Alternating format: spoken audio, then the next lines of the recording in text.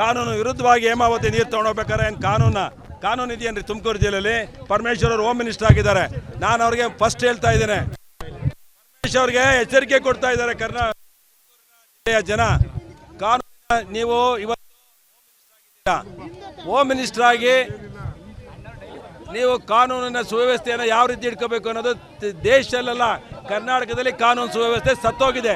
ದಿನ ಬೆಳಗ್ಗೆ ಯಾರ ಕೊಲೆ ದರೋಡೆಗಳು ಸಾಮಾನ್ಯವಾಗಿಬಿಟ್ಟಿದೆ.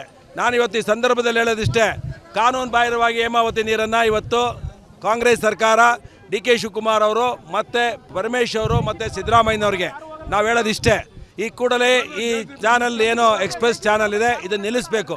ಇದು ಕಾನೂನು ಬಾಹಿರ, ಯಾವುದೇ ಲ್ಯಾಂಡ್ ಅಕ್ವಿಜೇಷನ್ ಆಗಿಲ್ಲ, ಯಾವುದೇ ಶಂಕುಸ್ಥಾಪನೆ ಆಗಿಲ್ಲ, ಯಾವುದೇ ಇಲ್ದಲೆ ತುಮಕೂರಿನ ಜಿಲ್ಲೆಯ ಜನಕ್ಕೆ ಮೋಸ ಮಾಡಿ ರಾಮನಗರ ಜಿಲ್ಲೆಗೆ ನೀರನ್ನು ಯಾವುದೇ ಕಾರಣಕ್ಕೂ ನಾವು ಕೊಡಲ್ಲ ಅಂತೇಳಿ ಇವತ್ತು ಒಂದು ಸ್ಟ್ರಾಂಗ್ ಸಂದೇಶವನ್ನು ರಾಜ್ಯ ಸರ್ಕಾರಕ್ಕೆ ಕಳಿಸಿದ್ದೇವೆ.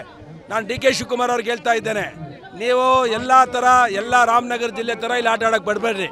ನಿಮಗೆ ಗೊತ್ತಿಲ್ಲದೋ 7 ಜನ ಶಾಸಕರನ್ನ ಇಲ್ಲಿ ಮಾಡಿ ಕಳಿಸಿದ್ದಾರೆ.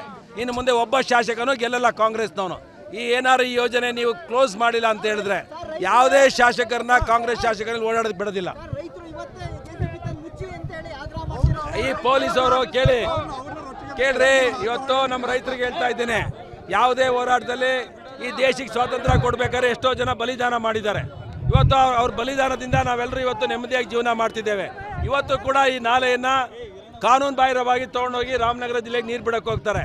ಒಬ್ಬರೋ ಇಬ್ಬರೋ ಬಲಿದಾನ ಕೊಡಲೇಬೇಕಾಗುತ್ತೆ ಹೋರಾಟದಲ್ಲಿ. ನಾನು ಇವತ್ತು ಹೇಳ್ತೀನಿ ನಮ್ಮ ರೈತರಿಗೆ, ನಾವು ಹೇಳ್ತಾ ಇದ್ದೇವೆ ಇವತ್ತು ಪರಮೇಶ್ವರ್ ಅವ್ರಿಗೆ ಹೇಳ್ತಾ ಇದ್ದೇನೆ, ಈ ಕೂಡಲೇ ಈ ಯೋಜನೆಯನ್ನು ಸ್ಟಾಪ್ ಮಾಡಿಸ್ಬೇಕು. ಕ್ಯಾಬಿನೆಟ್ ತಂದು ನಾವು 15 ದಿನ ಹೇಳಿದ್ದೇವೆ, ಇದು ಸಾಂಕೇತಿಕವಾಗಿ ಎಚ್ಚರಿಕೆ ಕೊಟ್ಟಿದ್ದೇವೆ. ಇನ್ನು ಮುಂದೆ ಎಲ್ಲ ಜಿಲ್ಲೆಯಲ್ಲಿರುವಂಥ ಶಾಸಕರು ಕಾಂಗ್ರೆಸ್, ಬಿಜೆಪಿ, JDS ಮತ್ತು ರೈತ ಸಂಘಗಳು, ಎಲ್ಲ ಸಂಘ ಸಂಸ್ಥೆಗಳು ಒಗ್ಗಟ್ಟಾಗಿ ಸರ್ಕಾರದ ವಿರುದ್ಧ ಹೋರಾಟ ಮಾಡ್ತೇವೆ. ಇನ್ನು 15 ದಿವಸದಲ್ಲಿ ಕೊಟ್ಟಿಲ್ಲ ಅಂತ ಹೇಳಿದ್ರೆ, ಇವತ್ತು ಇನ್ನು 15 ದಿವಸದಲ್ಲಿ ಈ ಯೋಜನೆಯನ್ನು ವಾಪಸ್ ತಗೊಳ್ಳಿಲ್ಲ ಅಂತ ಹೇಳಿದ್ರೆ ರಕ್ತಪಾತ ತುಮಕೂರು ಜಿಲ್ಲೆಯಲ್ಲಿ ಆದರೆ ಅದಕ್ಕೆ ಕಾರಣಕರ್ತರು ಕಾಂಗ್ರೆಸ್ಸಿನ ಮುಖ್ಯಮಂತ್ರಿಗಳಾದ ಸಿದ್ದರಾಮಯ್ಯನವರು, ಡಿ.ಕೆ. ಶಿವಕುಮಾರ್ ಅವರು ಮತ್ತು ಪರಮೇಶ್ವರ್ ಅವರೇ ಹೊಣೆಗಾರರಾಗ್ತಾರೆ. ಕರೆ ಕೊಡ್ತೇವೆ. ಇವಾಗ ನಾವು ಎಲ್ಲರೂ ಸೇರಿ ಮೀಟಿಂಗ್ ಮಾಡಿ ನಮ್ಮೆಲ್ಲ ರೈತರ ಜೊತೆ ಮಾತಾಡಿ ಬಂದನ್ನು ಕಾಲ್ ಮಾಡ್ತೇವೆ. ಖಂಡಿತ ಈಗಲೂ ಕೂಡ I demand mister Paramesh to give immediately resignation.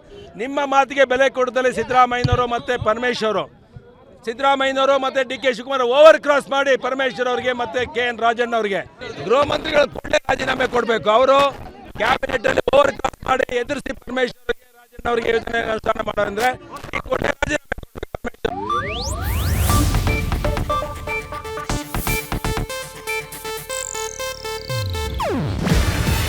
ಇದು ಏಷ್ಯಾನೆಟ್ ನ್ಯೂಸ್ ನೆಟ್ವರ್ಕ್ ಪ್ರಸ್ತುತಿ.